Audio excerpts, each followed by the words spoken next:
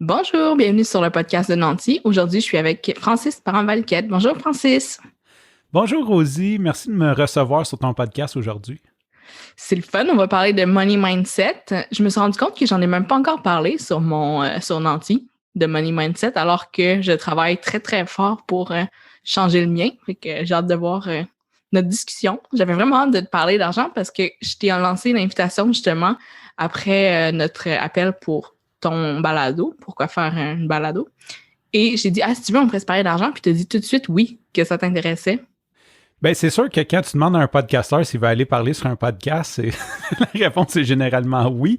Mais oui, ça m'intéressait parce qu'on en a parlé dans le passé que justement, je veux travailler là-dessus, que je travaille là-dessus, que je veux travailler, que je veux améliorer ça. Et je trouve tellement ta mission géniale que oui, ça me fait plaisir. C'est pas juste que de parler sur un podcast, c'est vraiment la mission me touche.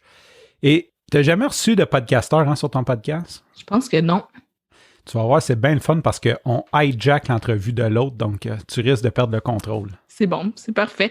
Moi, je veux que ce soit vraiment une discussion, puis j'ai dit que j'avais pas encore parlé de mindset, puis je me suis dit, faudrait pas trop que je parle, justement, parce que c'est pas mon épisode à moi, mais c'est ton épisode à toi. Mais une chose que j'ai comme envie de prédire, c'est qu'on dirait que peut-être qu'on va se donner des petites tapes dans le dos tout le long de l'épisode, parce que je pense que toi aussi, tu as fait beaucoup de chemin sur ton money mindset, puis tu travailles peut-être même activement à changer tes croyances limitantes. Est-ce que je me trompe? Non, définitivement, tu te trompes pas. On va se donner des tapes dans le dos, comme tu dis. Je pense qu'aussi, il y a une partie de notre parcours qui est similaire. L'hypnose, je ne sais pas si tu en as parlé dans certains épisodes de ton podcast. Pas vraiment, mais avec Jenny Lynn. J'ai ça. écouté l'épisode avec Jenny Lynn, mais c'est ça. On peut peut-être commencer par... tu peux peut-être te présenter? Hey, bonne idée.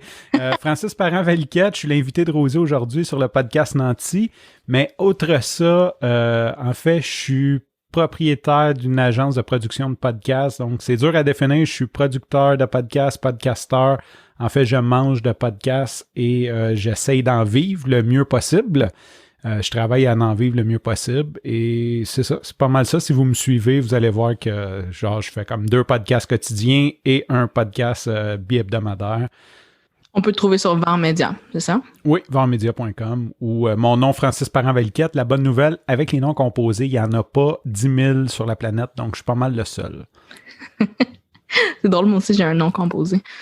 Des fois, c'est un peu long. C'est pour ça le LD. Oui. OK, parce que moi, je te connais sous Delorme. Mm-hmm. Fait que je me demandais c'était quoi le LD. Oui, c'est juste parce que c'est long, des fois. Puis j'écris plus Delorme, mais c'est LD. Mon pseudonyme. Fait veux-tu me dire pour toi, c'est quoi le money mindset?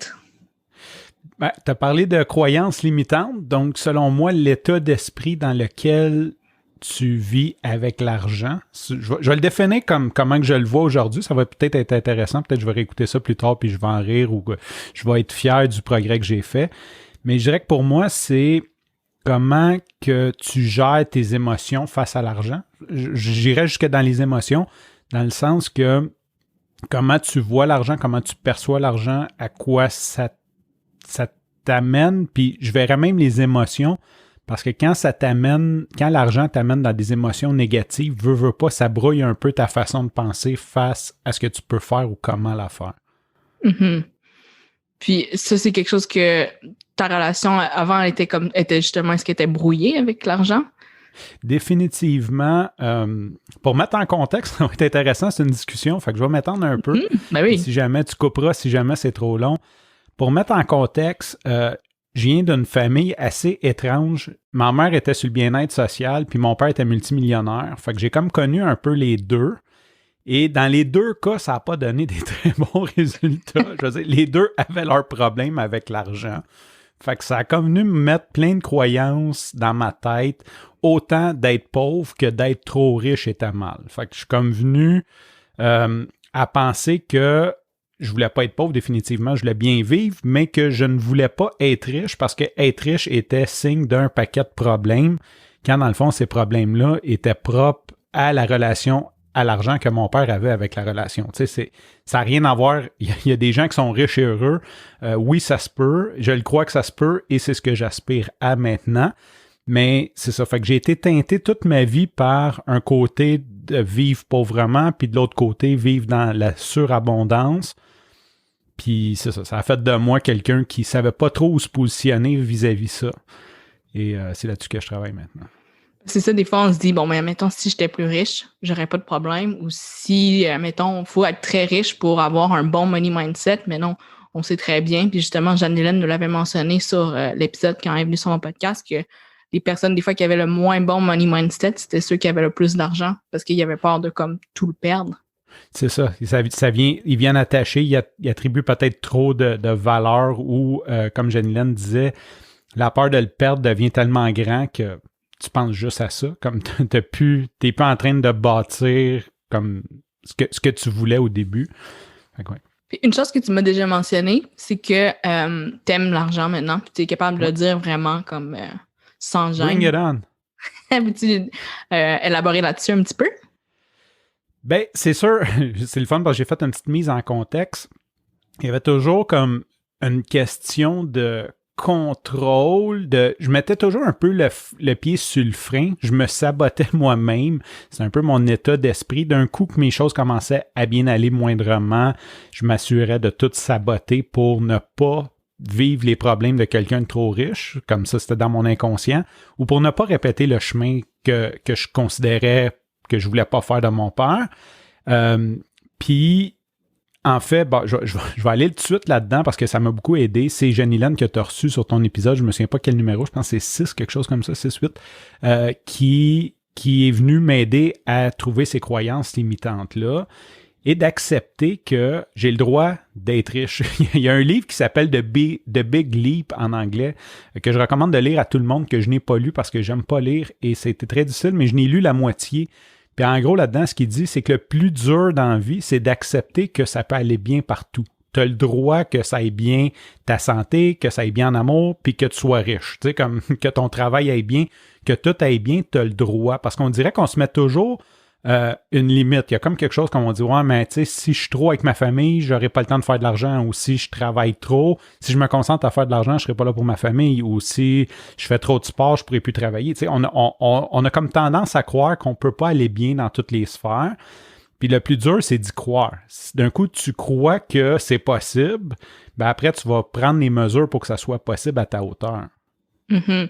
Il y a aussi cette conception-là dans le money mindset que, mettons, il faut que tu aies struggle vraiment beaucoup puis que tu as mangé du craft dinner comme pendant X nombre d'années. Puis là, finalement, tu es devenu riche. Puis là, tu partages ta recette miracle. Mais tu sais, en tout cas, personnellement, je trouve vraiment moi, je viens d'une famille que je l'ai mentionné, puis j'ai reçu d'ailleurs même mon père sur mon podcast. Je viens d'une famille comme vraiment privilégiée, puis on a toujours vécu comme une belle vie. Mais ça reste que mon money mindset était à travailler, même si on avait comme de l'argent.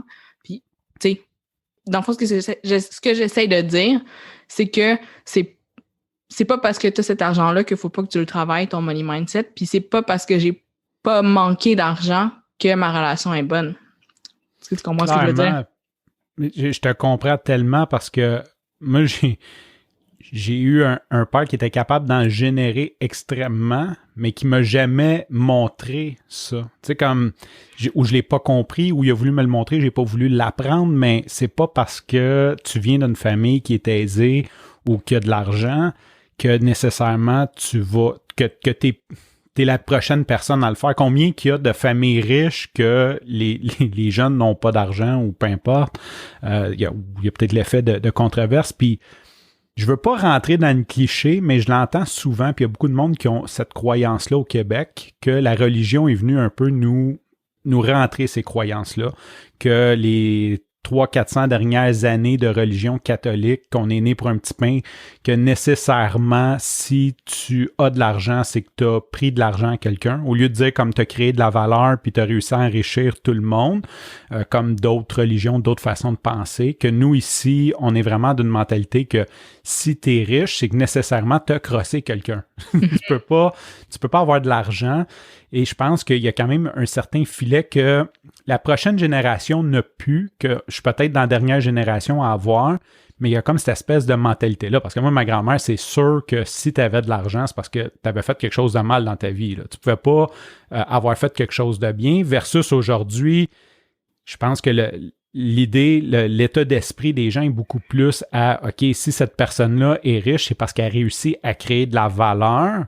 Puis si elle crée de la valeur, qu'elle paye plus d'impôts, ben tout le monde va être plus riche. Je veux dire, on va tous être plus riches. Plus qu'il va y avoir de monde riche, plus qu'on va tous s'enrichir alentour. Et non nécessairement, si lui est riche, c'est à nos dépens, puis nous, on est nécessairement pauvres. Tu sais. Mm-hmm. Une chose que ça change, ces mentalités-là. Tu sais, quand tu t'intéresses un petit peu au money mindset, tu vois beaucoup comme la spiritualité. Puis là, je sais pas si toi, tu es là-dedans ou peut-être pas du tout, mais comme, tu sais, manifester de l'argent, créer de la richesse, puis vouloir comme que cet argent-là arrive dans ta vie. Est-ce que c'est des choses que tu regardes ou pas du tout? Ben, c'est sûr que si on parle de spiritualité organisée, je vais dire ça comme ça, non, je suis pas vraiment là-dedans dans le sens que je suis pas d'une secte ou je suis pas... mais oui, je suis beaucoup dans les croyances, la méditation, de le voir, la prévisualisation. Mm-hmm. Juste de se sentir, comme ça a l'air niaiseux, mais juste de se sentir riche, même si, tu sais, peut-être ton chiffre n'est pas où ce que tu as atteint, juste de dire, hey, je me lève aujourd'hui, j'ai la liberté de pouvoir aller courir ce matin, comme, je suis assez riche, là, j'ai déjeuné, je vais courir, je fais un métier que j'aime, j'ai une famille super, comme, juste de rentrer dans cette visualisation-là, de dire comme, wow, comme, c'est cool, puis je vais en gagner encore plus aujourd'hui, comme de visualiser que aujourd'hui, je travaille à améliorer ça. Je pense que si ça peut rentrer dans la spiritualité, oui, mais j'ai pas de... J'appartiens pas à aucun groupe de pensée organisé. C'est bon, mais juste la visualisation, déjà pour moi, c'était comme vraiment out there. Hein. Puis maintenant, tu sais, j'y crois vraiment, puis j'ai l'impression de dire que ça marche, entre guillemets, puis là, je fais des air quotes, là, ça marche, mais oui, c'est que si tu te sens riche, je l'ai dit, je vais le redire, j'ai jamais généré aussi peu d'argent que l'année passée qui vient de 2020, dans le fond, mais je me suis jamais sentie aussi riche. Puis il y a comme le disconnect entre les deux. Puis là, en ce moment, là, je recommence à générer vraiment plus comme d'argent. Puis, mais tu sais, je me sens aussi bien que quand j'en avais pas généré. Fait que je pense vraiment que c'est un état d'esprit. Puis aussi, le nombre, comme on l'a dit, on peut pas dire, bon, ben à partir de quel chiffre tu te sens riche. Ça change pour tout le monde. Oui, c'est propre à nous, puis ce que j'entends aussi, c'est important de profiter chaque étape. Tu sais, parce que souvent, on bâtit, puis on pense toujours à « OK, quand je vais avoir 1 million, je vais être riche, je vais me sentir bien. » Mais quand tu atteins ce million-là, tu es déjà en train de dire à 2 millions parce que tu as atteint ton... Tu sais, comme rendu à 995 000, ton objectif, c'est plus 1 million. Tu es déjà rendu à 1,5 million. Peu importe comme le chiffre ou l'objectif, on vit jamais nos victoires. Parce que théoriquement, rendu à 500 000, tu devrais dire « Wow! » Comme, hey, j'en ai fait une méchante bonne partie, là, je suis rendu à moitié, on devrait juste prendre un respect, puis comme apprécier, puis rentrer dans cette énergie-là. Quand dans le fond, on fait comme, ah non, je suis juste à moitié, je suis pas encore rendu, il faut que je bûche plus fort. Puis ça, c'est encore plus... Si on parle de spiritualité dans la méditation, tes pensées sont pires que l'effet. Dans le sens que si tu te dis « Ah, j'ai juste atteint la moitié, j'ai juste fait 500 000 », tu es en train de détruire ce que tu as fait. Alors que 500 000, on s'entend, si tu t'es rendu là, c'est quand même pas pire. Tu dois faire des choses correctement.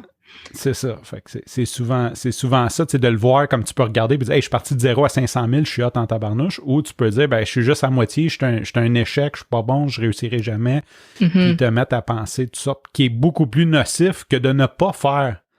Tu peux te donner la permission de dire, ben, sais-tu quoi, je me suis rendu là, je suis fier de moi, puis je continue, advienne que pourra.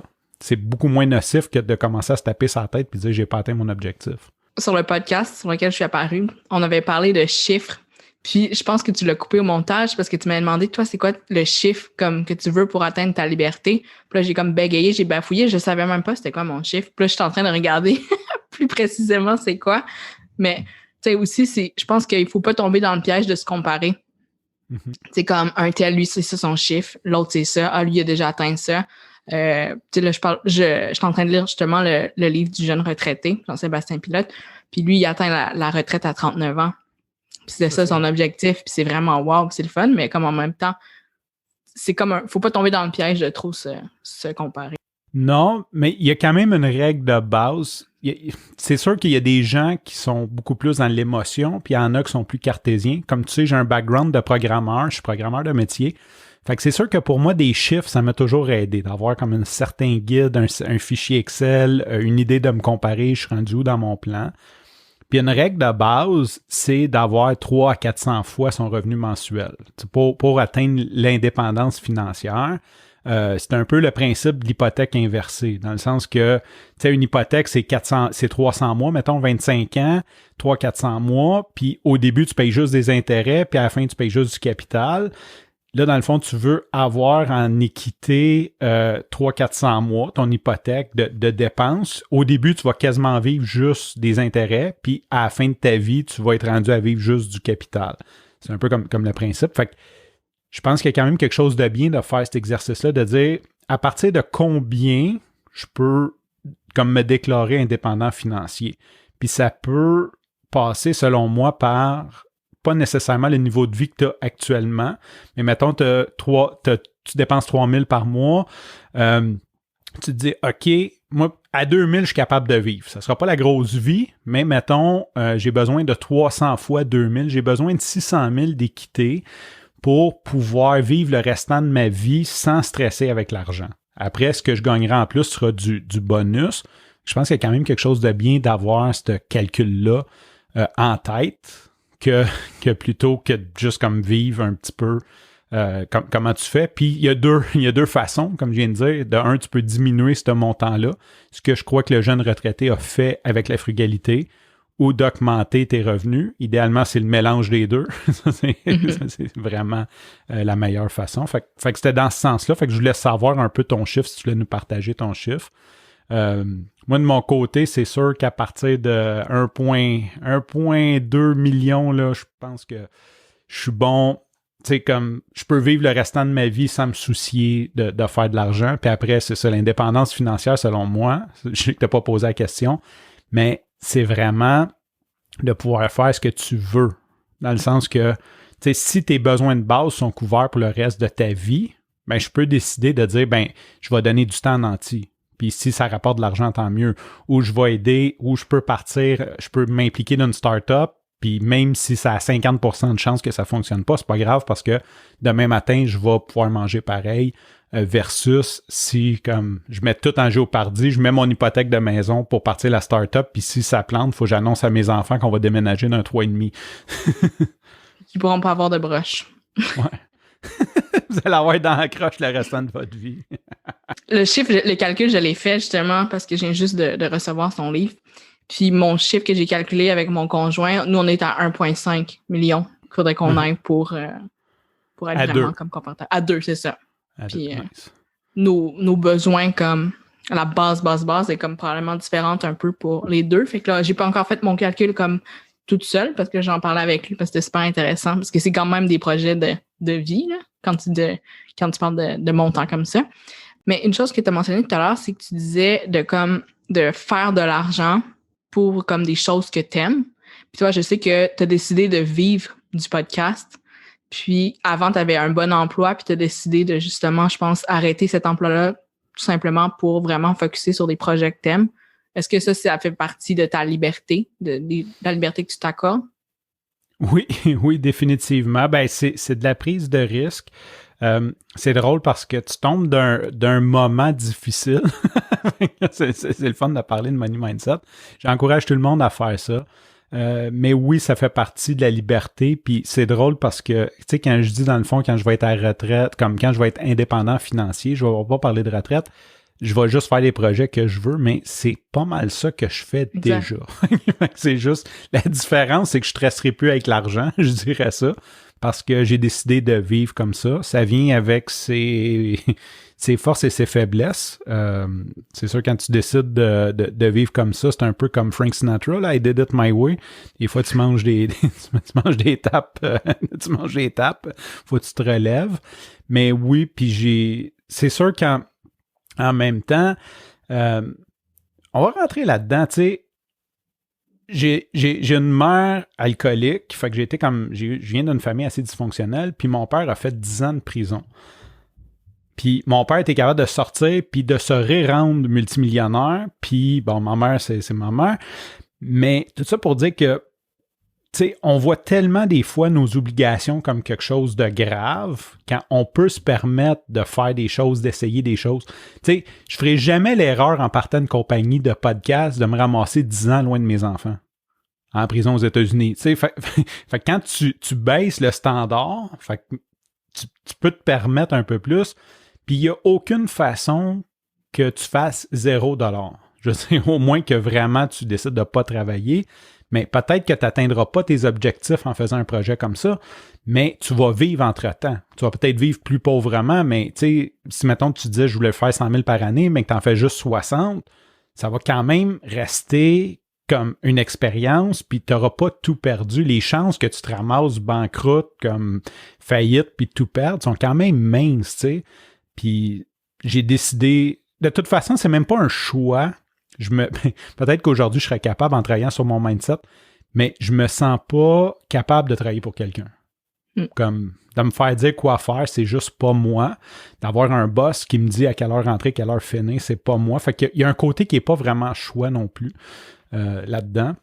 Quand tu parles de bon emploi, c'est surtout que j'étais programmeur, j'avais des bons contrats et j'ai décidé de laisser les contrats aller pour me concentrer sur le podcast. Parce que je vois une grande avenir là-dedans. Ben oui, c'est certain. Puis aussi, tu as dit, on se ramasse jamais à zéro, encore plus ici au Québec. On est tellement chanceux. Tu disais que ta mère bénéficiait comme d'aide mensuellement. Mais tu sais, admettons, demain, tu décides là, que ça marche plus les podcasts puis que t'aimes plus ça puis c'est plus ta passion. Mais on a vraiment un filet. Un filet pour nous rattraper. Là. On est vraiment chanceux de ça. Tu sais, des fois, c'est ce que je dis. J'ai des gens proches de moi, je n'aimerais pas de nom au cas où qui écoutent, qui ont des retraites de l'État puis qui se plaignent d'être pauvres. Puis je suis comme, tabarnouche. Hey, ici, là, au Québec, je veux dire, le plus pauvre des Québécois a accès à de l'aide sociale, qui est à peu près 5 fois le salaire d'un pays en voie de développement. Là. À pas travailler, comme on va quand même te donner quelque chose, puis un paquet de programmes, revenus garantis, aide pour... Wow, on est tellement riches. Comme, regarde juste la pandémie, de donner 2000$ à tout le monde qui ne travaille pas. On est-tu dans le meilleur pays du monde? Je veux dire, arrêtez de vouloir vous séparer. Je veux dire, je vais pas parler de politique, là, mais tabarnouche. Puis j'ai des convictions, je comprends toute la séparation, puis tout, là, je comprends les enjeux, c'est pas ce que je dis, mais wow! Tu sais, on est tellement riche, puis même ici, si tu pètes faillite, il n'y a pas de conséquences. Dans des pays du monde, ça va impliquer que tu vas comme te faire torturer ou que tu vas te ramasser en prison ou tu vas te faire couper à la main. Ici, je veux dire, tu peux même te tromper au point de comme pas rembourser les gens, puis il n'y a pas de conséquences. Il y a juste pas comme la conséquence, c'est que tu es 7 ans sans pouvoir emprunter. Bon, big deal, tu sais. Exact. My God, non, c'est vrai que c'est fou. On peut revenir sur tes objectifs. C'est à part, c'est ça, la liberté. Est-ce que t'en as seté d'autres? T'as écrit des objectifs financiers? Non, vraiment, bonne question.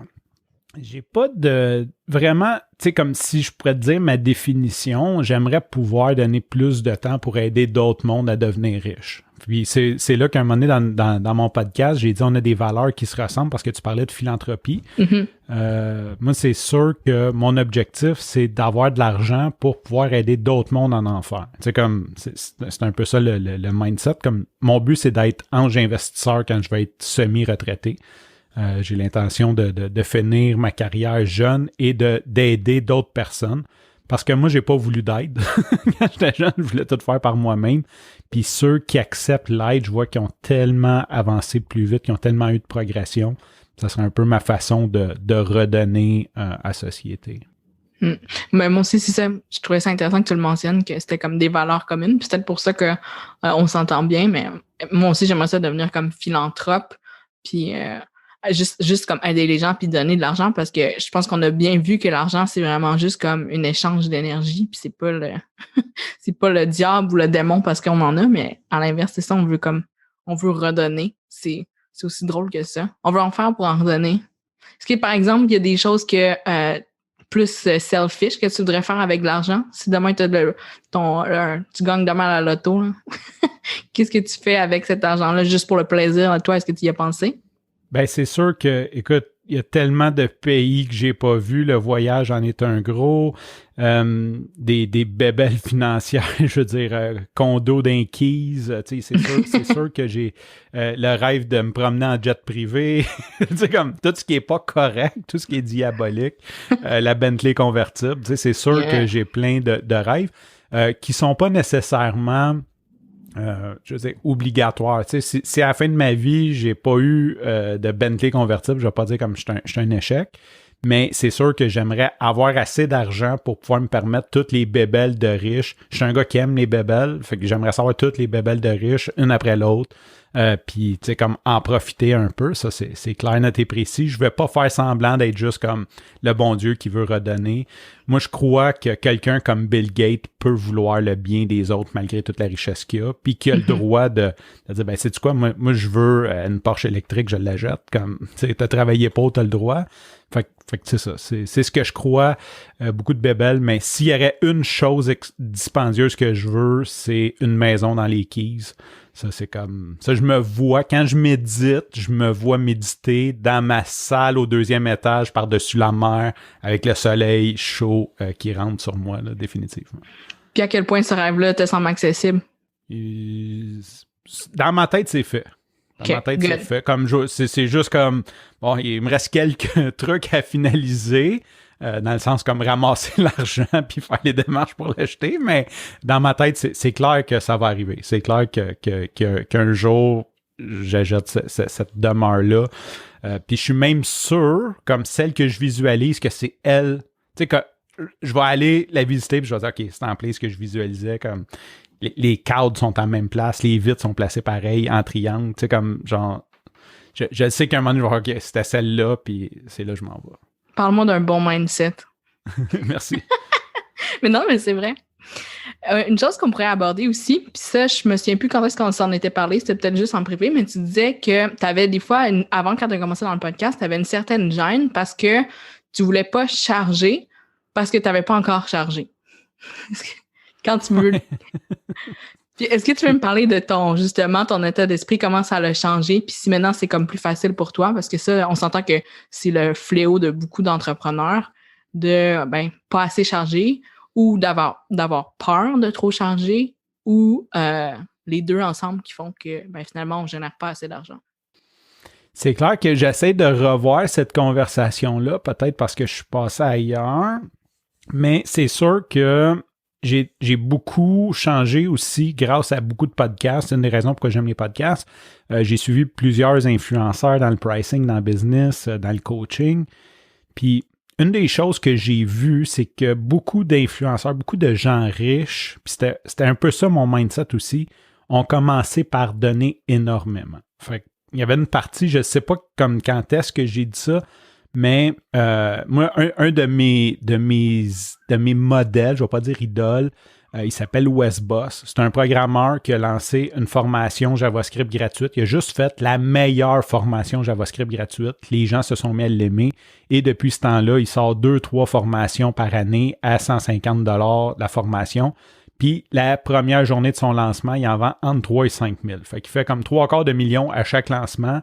Puis il est tellement dans l'abondance, il est tellement généreux, il a tellement donné, il a même mis des politiques de fair price. Si tu es d'un pays plus pauvre, sa formation est moins chère. Puis tu as juste envie j'ai envie d'acheter ces formations, même si je n'ai pas de besoin. T'sais. Puis c'est un peu cette énergie-là que je voyais. Mais c'est sûr que d'un début, c'est ça. Il y a le syndrome de l'imposteur qui embarque, dans le sens comme je suis assez légitime. Parce que j'ai pas étudié, j'ai pas eu la permission de personne de devenir producteur de podcast ou comme de juste me prétendre l'expert du podcast. Puis c'est quelque chose de dur à vivre avec. Comme, tu sais, je suis juste un dude qui a fait du podcast puis qui décide d'aider les gens. Puis de comprendre que même aujourd'hui, je suis pas le meilleur, là, mais juste si je l'ai fait une fois de plus que toi, c'est suffisant. J'ai pas besoin d'être comme l'expert des experts pour pouvoir charger cher. Parce que si je viens régler ton problème à toi, si toi tu l'as pas fait, puis que je suis capable de t'amener à je l'ai pas fait à je l'ai fait, mais je veux dire, job done. Puis je vais peut-être mieux le faire qu'un expert qui va avoir un détachement vis-à-vis où ce que tu es présentement. Il va tellement être loin de ton parcours à toi qu'il sera peut-être pas la meilleure personne pour t'aider. Il va peut-être te parler de choses de beaucoup trop haut niveau pour ce que tu es aujourd'hui. Mm-hmm. Est-ce qu'il y en a une école pour devenir justement podcasteur? Est-ce que tu peux avoir l'équivalent comme d'un bac ou non? C'est vraiment plus des gens qui apprennent comme toi? Ben, je pense qu'il n'y a pas de bac en podcast. Là, présentement, il y a plusieurs cégeps, universités qui l'offrent. Ils ont des programmes. Dans le fond, tout ce qui était radio est en train de devenir podcast ou radio/podcast parce que les gens parlent des podcasts.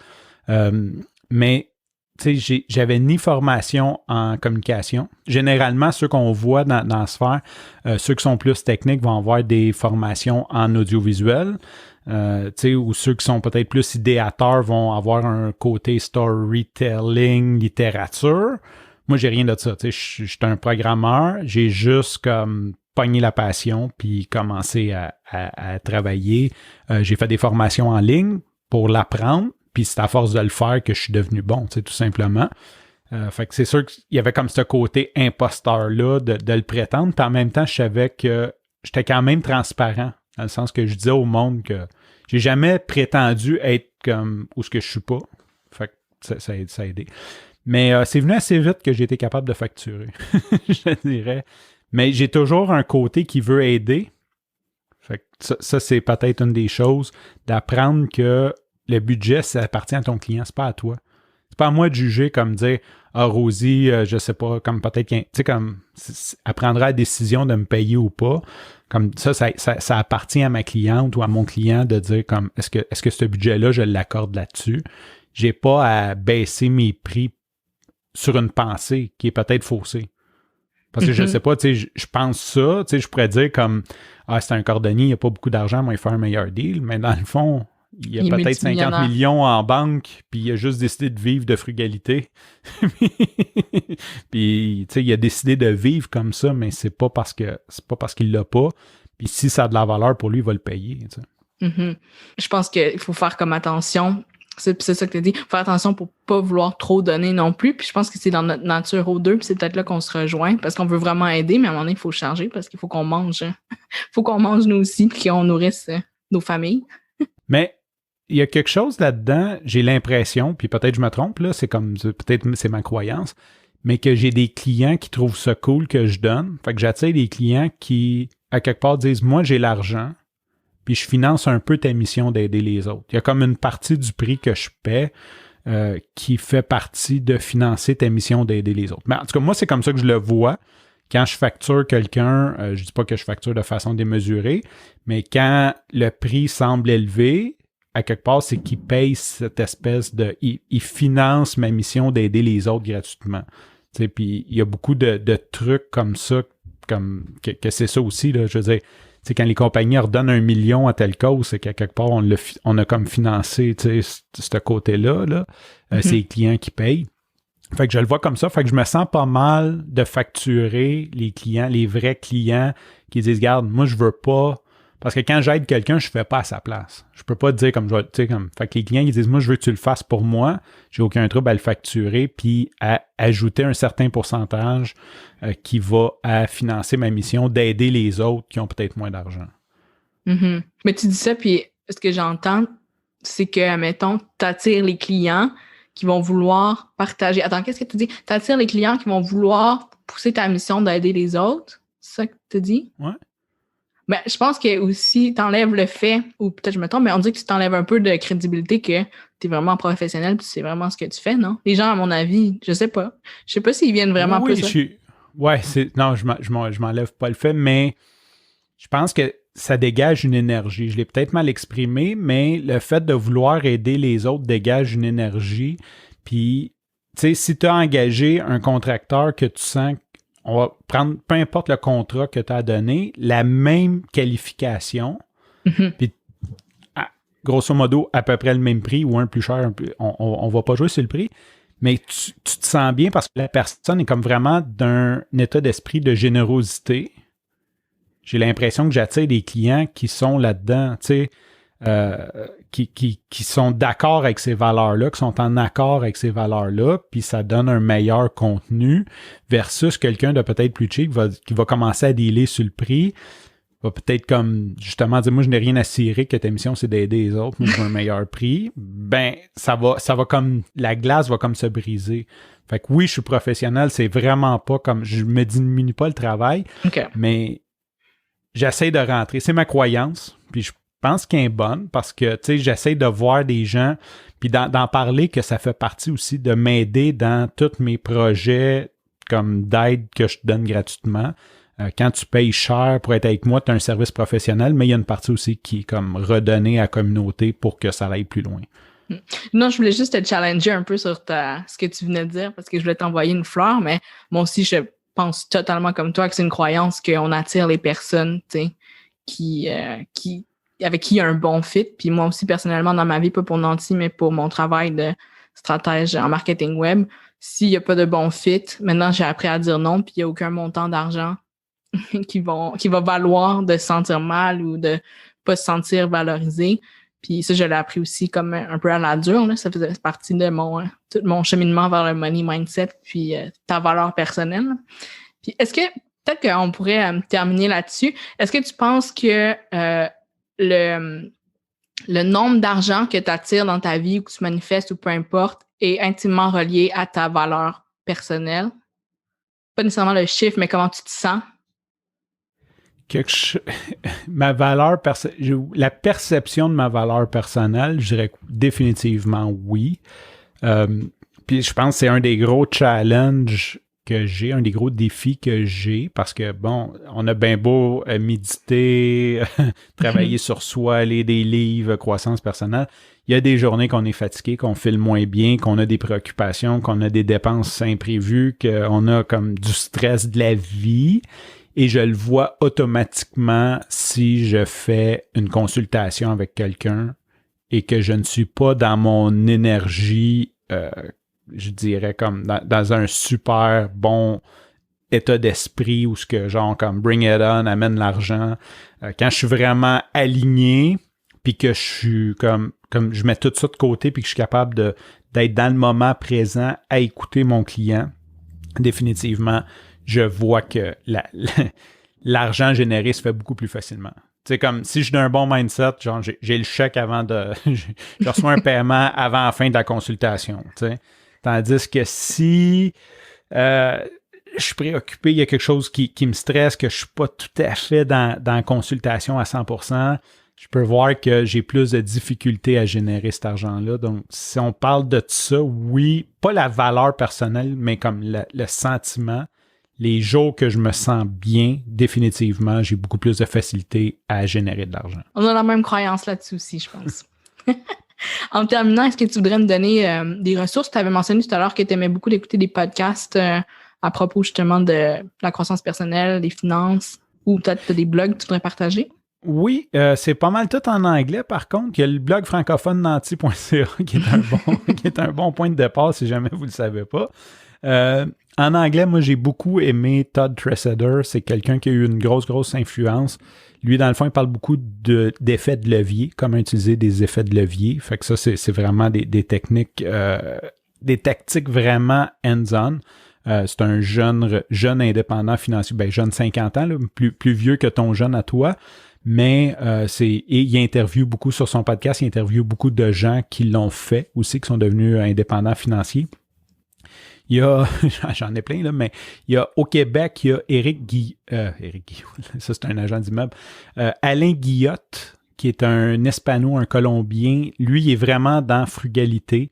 En gros, c'est un gestionnaire de portefeuille.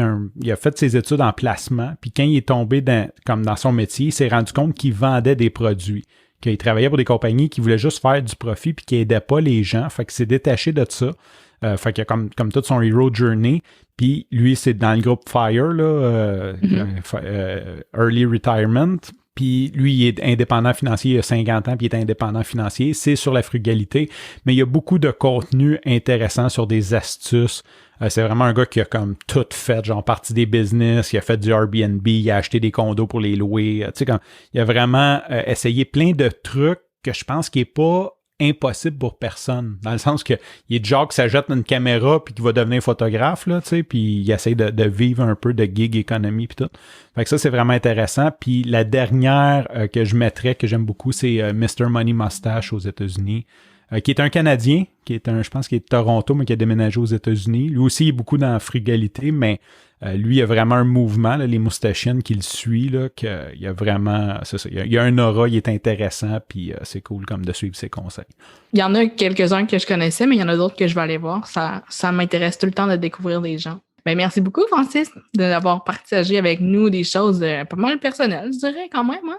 Oui, on n'a pas juste parlé d'argent. J'espère que tu vas aimer ça. J'espère que les auditeurs vont aimer ça. Puis c'est ça. Merci à toi de m'avoir reçu, Rosie, de m'avoir accueilli sur un podcast où je me sentais imposteur avant de venir. Ah oui? Pourquoi? Ouais. Ben, on parle de... Je suis pas retraité, je suis pas la meilleure personne pour gérer mon argent. Je suis un peu comme toi, je suis dans le journey, mais je suis pas... tu sais, je suis qui, là? Je suis pas François Lambert qui a vendu son entreprise pour 100 millions, là, tu sais. Je suis juste comme... c'est ça. Fait que je me sentais imposteur, mais je suis content d'avoir eu cette discussion-là avec toi et continue ta super mission de nous éduquer sur ton Hero Journey. Ben, merci beaucoup. Bye-bye. Bye-bye.